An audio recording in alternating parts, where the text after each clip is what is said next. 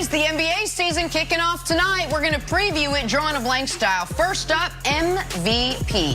Giannis taking home the award the last 2 seasons.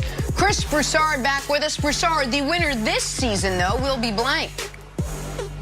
Very tempted to go with Kevin Durant. I think he has a phenomenal year. Anthony Davis, I think, also will be in the hunt for the Lakers. And, of course, Giannis. But I'm going with Luka Doncic. Luka's got everything. There's no second star there. I think he averages close to a triple-double. And I'm going to leave a little wiggle room for him to actually average that triple-double. So I think it ends up being Luka Doncic. Wow. My guy, Chris Broussard, even in his golden years, shows you can still learn. Just saying, hey, what's Nick's champion pick? Lakers? Like that, I think that's the one to go with. What's his MVP pick? Luka? I think that's the one to go with. Luka's the right answer. I had no idea. If Luka misses, you were picking Luka. I know. If Luka misses less than 10 games, he will win league MVP. I would bet and have bet any amount of money on it. If Luka misses time, then KD with a Joel Embiid dark horse pick would be my other guy. His stats are good, and the NBA writers who are more old than you think are like, wow, aging, they can still get it done, just like me and LeBron. LeBron MVP. Can't believe that corner was open, Nick. Next up, anything but a title is a disappointment for the aforementioned LeBron, AD, and the Lakers in their quest to repeat. So, Broussard, the team that's most likely to disappoint this season is blank. I'm going to say Miami because I read in The Athletic that they're the 3rd best team in the league. I mean, that's kind of ridiculous to me. Look, they had a great run in the bubble, but I don't think they're the 3rd best team in the East, all right? And I like them. They play hard. Jimmy Butler's a very good leader down there. Bam Adebayo will improve, as will the young guys, Tyler Hero and all that. But if people are expecting them to return to the finals, then they're going to be disappointing because I don't see them getting back to the finals, even the Eastern Conference finals. I would agree with Broussard on Miami unless they are able to pull off a James Harden trade. But as teams are presently constituted, I'm going with teams most likely to disappoint.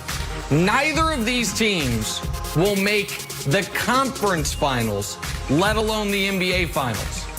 The Brooklyn Nets and the Los Angeles Clippers. They are both home in round 1 or 2, and that's it. You say stop? Okay, I'm not stopping. I'm, in fact, just starting. It's going to be about 7 months of this, and folks saying, oh, Nick, you're a hater. And then about 7 minutes of, oh, it turns out Nick was right about everything with the Clippers last year. The Clippers had major structural issues last year. You know how they tried to solve them? Hey, Luke Kennard, here's $16 million a year. Wow. $16 million. They do have a new coach, too, if I'm not mistaken. Don't they have a new coach? Yeah, they had Tyler. You know what they had? And I love Tyler. You forgot about that, but here's... No. I didn't forget about it. Here's what they did on the bench. They said, hey, we have these giant cultural issues. So here's what we're going to do. Slide 1 seat over, and we're going to fix it that way. Okay, and now the Nets. Hey, the Nets, going to be the #1 offense in basketball. It's going to mirror beautifully with the number 28 defense in basketball. The Brooklyn Nets are going to be an abysmal defensive team. Can't win in the playoffs like that. So conference finals, Lakers, Mavs. In the West, in the East, conference finals, Sixers, Bucks, Nets, and Clippers home in round 2. Mark it down, America. Okay. I'll mark it down. I went with Harden team TBD. Here's why. I'm about to play you a quote. Every time I listen to this sound from Harden, and Nick, I want your response. It's like that blue dress, a gold dress. Like, I see a blue dress. Then you look at it again, you're like, I see a gold dress. So we can play the sound, Nick, and react and tell me, is this optimistic or pessimistic? Because I can't figure it out.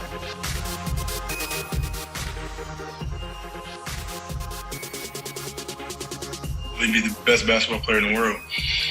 As a team, try to get in the top 3 seed, and always give yourself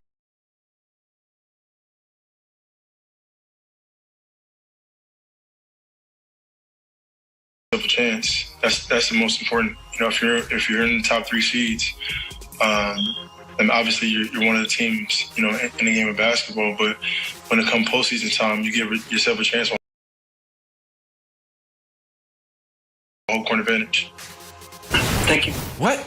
Top three? That's what we're talking about now. Like, top three. My goals are top three. Hold on, Wilds. Can I translate that for you? Yeah, That go. is the osmosis of spending a decade around Daryl Morey.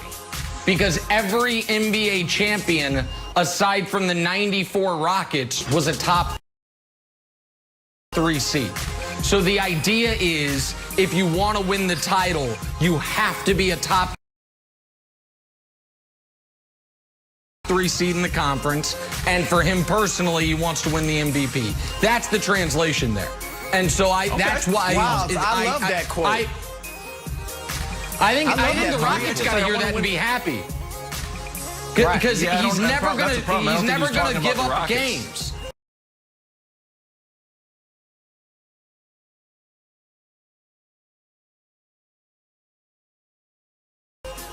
Oh, well, that might be true, too. Now, that part might be true. Top 3 team elsewhere. All right, that might be true as well, Watts. That's a top 3 in the East. All right, moving on. Devin Booker and the Suns on the come-up. They went 8-0 in the bubble and add future Hall of Famer CP3. Broussard, the NBA team most likely to overachieve this season, is blank. A little bit of a shocker here. I'm going to go with the Washington Wizards. Westbrook, Scotty Brooks reunited. Bradley Beal and Westbrook. That's a great backcourt. I'm not saying it's the greatest fit, but 2 wildly talented players. Got a couple shooters around them. I'm going with Washington. Dallas Mavericks, they're going to make the conference finals.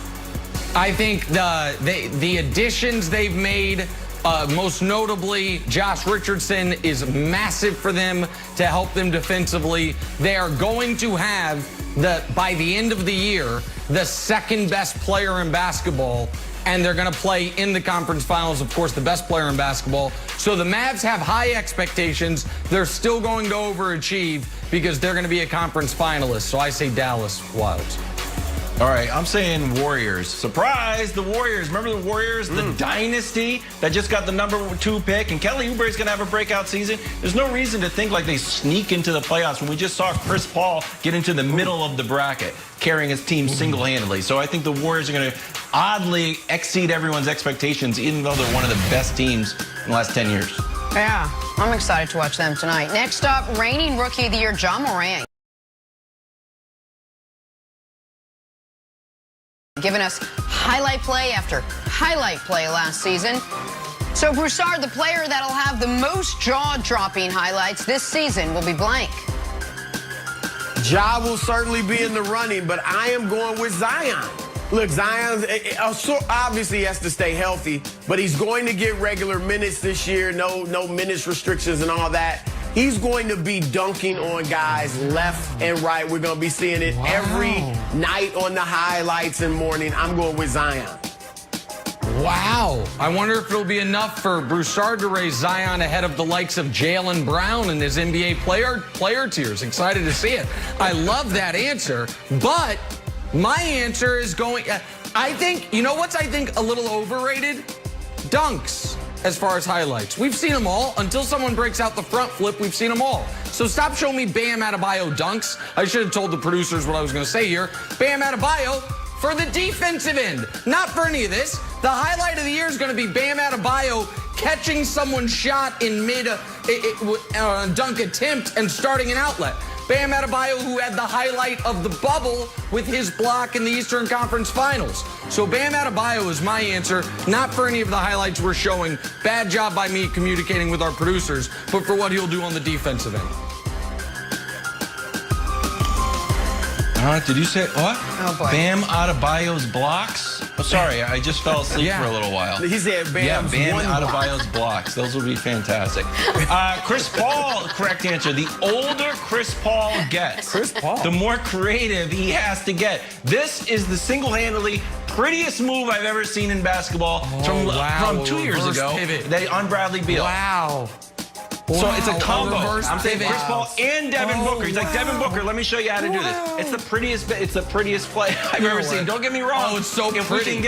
If we can get a shot of Bam Adebayo fingertip deflection, I'm sure that'll drive ratings through the roof. Get ready, TikTokers. Oh, yeah. Viral Nothing clip like of a deflection from Bam. footwork from 17 feet on to away the Warriors. to drive ratings. You nincompoop. On to the Warriors. Klay Thompson's out. Can Steph Curry carry Golden State to the playoffs?